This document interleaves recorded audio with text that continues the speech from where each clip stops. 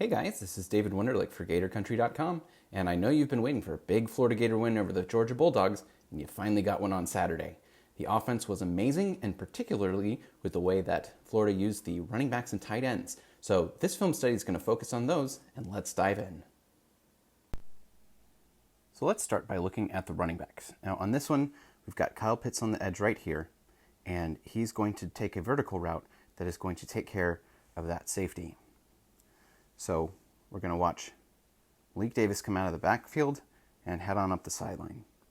So we watch this. There goes Pitts. He's taking out the safety. And here comes Davis around the corner on the wheel route. And he's got a 240-pound edge rushing linebacker trying to cover him. And, that linebacker doesn't do a bad job. But Kyle Trask puts it perfectly in place. And Malik Davis makes a terrific diving catch. Beautiful. On this one again, we're going to have the running back, this time Naquan Wright, come out of the backfield and go up the sideline. And on this play, this corner over here is covering Jacob Copeland. He's going to actually end up bailing really deep. And Copeland is going to come and do a quick slant like that, and that's going to obstruct the linebacker here. So if we watch this go forward a little bit, right, corner passes off the receiver, and now the receiver, Copeland, is obstructing the linebacker. And that's going to leave plenty of room for Wright to go up the sideline. And again, perfect throw from Kyle Trask. Hits him in stride. That's key, because if he has to stop to catch this ball, Monty Rice, that linebacker, might be able to catch him. But instead, he goes up the sideline for an enormous gain. This one's going to be a little different. The linebacker we're going to be worried about is right here, number 17, Nakobe Dean. And he's going to be having his eyes in the backfield because there's going to be some play action. He's going to notice that it's play action, and he's going to stop and stutter right there. He's stopping himself because he notices that Kyle Trask has pulled the ball away. It's not a run play. And so he's thinking, okay, now that running back, that was just a decoy. I don't have to worry about him. I'm going to sit back in my zone here. Except it is actually a pass play, and Davis was not just a decoy. There he is making another catch up the sideline. So if we watch this in motion, it's actually easier to see. Again, here's Dean, and you watch him, and he kind of has an oh crap moment when he realizes that Malik Davis is not a decoy. Uh-oh, there he goes, and Davis is just too fast, and he gets a step on him. The coverage on this one is a little bit different, but it is going to be similar to 2 plays ago. This time it's another quick slant, and we're going to run the wheel behind it. But this time we're going to have this corner is just going to stay with the slant instead of bailing deep because the coverage is a little different. And now this linebacker has to come over to get to the running back. And there goes Pierce. And the linebacker is super late. Instead, we've got the safety coming up to try to clean up the play. But Dameon Pierce shakes him and goes up the sideline for a bunch more yardage. So we watch that. We're just clearing out space, and the safety whiffs. That's a freshman, I believe. Freshman Major Burns. He blows a tackle and lets Pierce get up the sideline. This one's a little different. It is 2nd and 18, so Georgia's going to go ahead and give up a short completion to the running back because a lot of defenses do this. They're dropping everybody back. So here's Malik Davis. He's 4 yards up the field right there. So of course they're going to allow that easy completion because a lot of defenses do. Now here's the problem. Monty Rice right here, he's on a bad foot. He had it injured, I believe, against Kentucky, or maybe it was earlier than that, but he's got a bad foot. And so Malik Davis can give him one move and get around the edge. And they give him the first down on this. I'm not sure if it actually was. He might have been a little short, but I'll take it. Again, we watch this. He just gets the easy pass right there. One step, and he's gone up the sideline, taking advantage of an injured linebacker. All right, so we see this 1st and 10 right here. And both of these safeties are going to bail deep. They're playing really deep coverage there from both safeties. Now we've got a tight end here, we've got a receiver here, and we're going to have the running back again come out of the backfield and go up the sideline. So if this safety is bailing deep, then we have this guy can cover over here, this guy can cover over here, and then this linebacker is on the other side of the center, so he's not really in position to do anything. So if we have 1, 2 defenders and 1, 2, 3 people on patterns, what's that going to do for us? Well, you've guessed it by now. They're going to leave the running back wide open, and Naquan Wright is going to get up the sideline for a first down. So again, this is just a numbers game. With the safety bailing deep, there's going to be 2 people covering 3 people going out on patterns. Pretty easy throw for Kyle Trask, and easy first down. Here we are. It's the start of the fourth quarter, and Georgia is finally starting to get a little bit of clue about what's going on. So this time we're again going to send the running back out, and if you've noticed, this is all to the short side of the field, or the boundary side of the field. And we've got Kamori Gamble here, the tight end. So we've got 1, 2 guys going to be going out in patterns, and we actually have 1, 2 defenders over on that side. Again, safety's going to stay deep. So we've got 2 on 2 with the pass patterns out there. The linebacker comes up, and Kamori Gamble is running a vertical, so the linebacker is going to pass him off, and the defensive back will take him, and now the linebacker is going after the running back coming out of the backfield. Once again, this is Monty Rice. He's got a bad foot, and he just can't get the change of direction as fast as Naquan Wright can, and again, it's another first down from first down. So if we watch this, Georgia actually is doing better here, but unfortunately for them, they're playing an injured linebacker, and he just can't change directions as quickly as Naquan Wright can. Finally got one more throw to the running back here, and I just pointed out that a lot of these were going to the boundary side. This is going to go to the field side, or the wide side of the field. So Davis is just going to come out this way.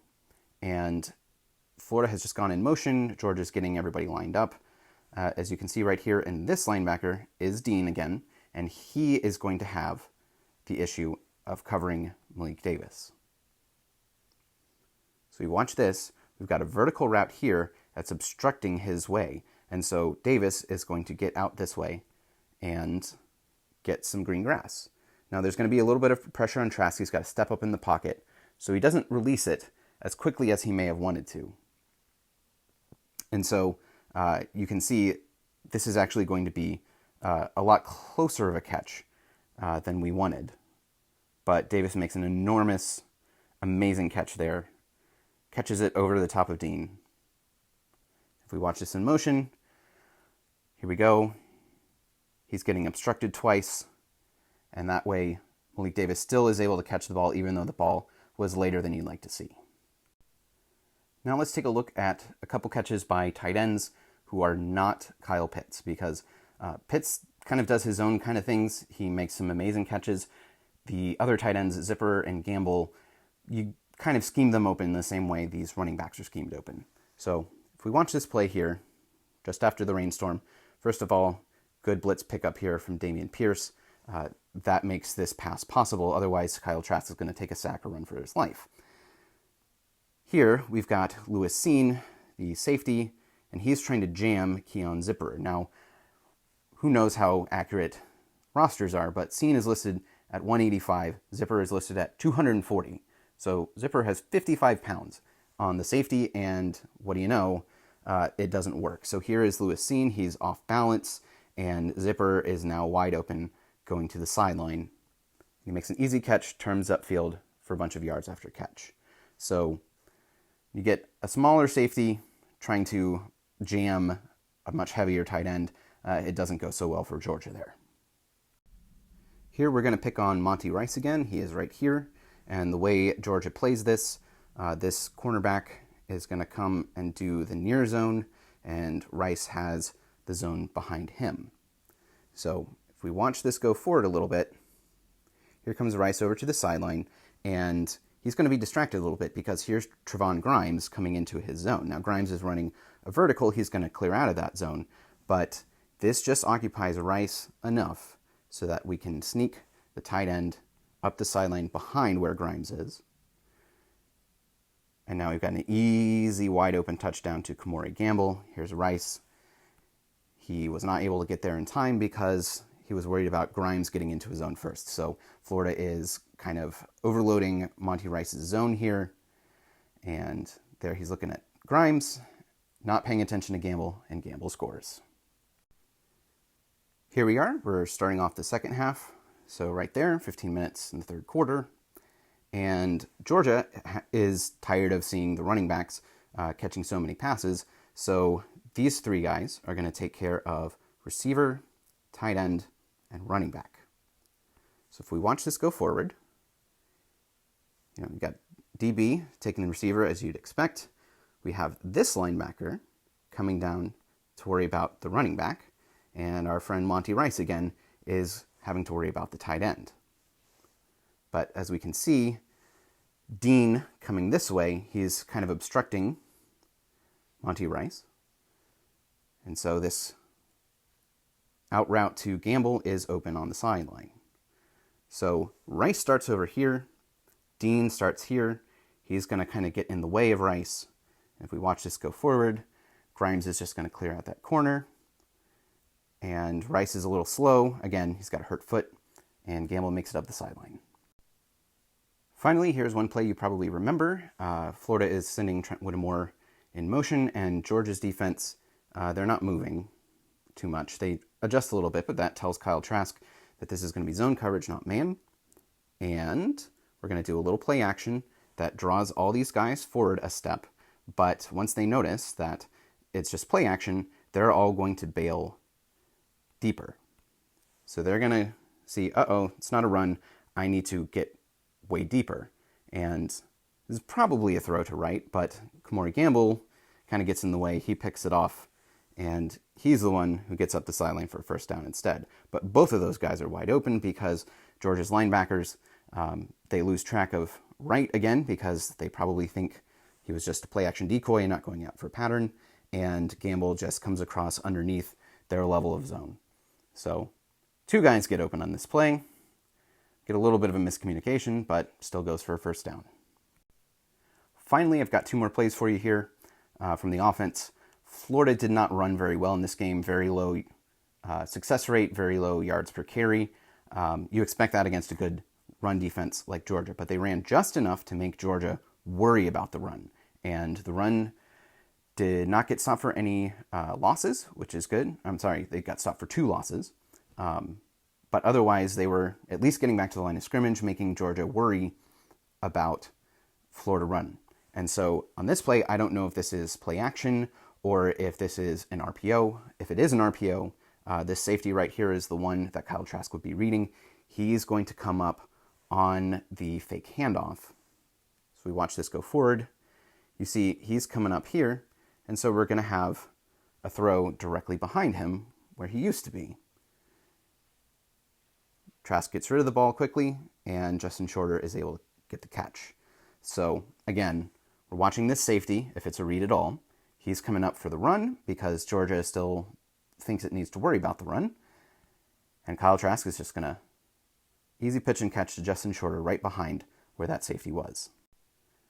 Now we're in the second half. We're going to do exactly the same thing. We've got Grimes coming across the formation, and here comes the safety in run support, and so Grimes is going to go right around where that safety used to be, and Kyle Trask gets rid of it really quickly off his back foot, and it's a completion for a first down. So again, could be play action, could be RPO. Either way, Florida is doing just enough in the run game that Georgia's committing a safety to help, and that clears up room downfield. Now, I'm not highlighting really anything with the defense. The defense had a good game. It was kind of mixed. It really helped Florida out that Georgia's offense just wasn't very good, and that complicates things as far as determining, how good of a game they had. So here's kind of a supercut. Watch Stetson Bennett. It was hard to watch. That's too far outside. Here he goes again, drops the snap. Unforced error. How about we take a deep shot? There it goes, and we're overthrowing by several yards. Here comes Bennett again, and trying to throw on the run, way too high, Good pressure, though. Unbothered in the pocket and sails it long again. Here comes Bennett. Again, clean pocket. Throws it behind, and it's dropped by the tight end there. Sails it long again. Again, these are clean pockets. Receivers are getting behind the defense. But Stetson Bennett just can't hit any of these things. He's too amped up, especially there. He throws it behind.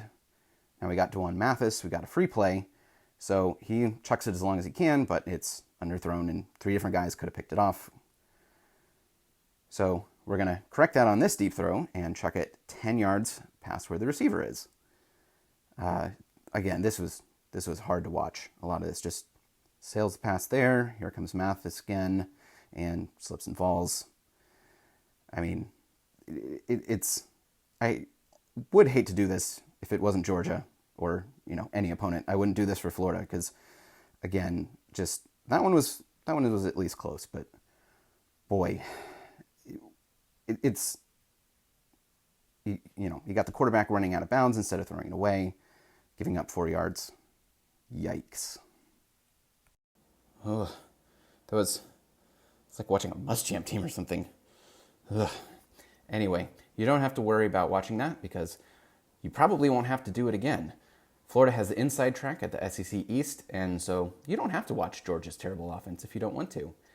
As for the Gators, they really have something with Dan Mullen finding those ways to use the running backs and tight ends in the passing game, and there aren't very many teams who can cover all of them, plus all of the receivers.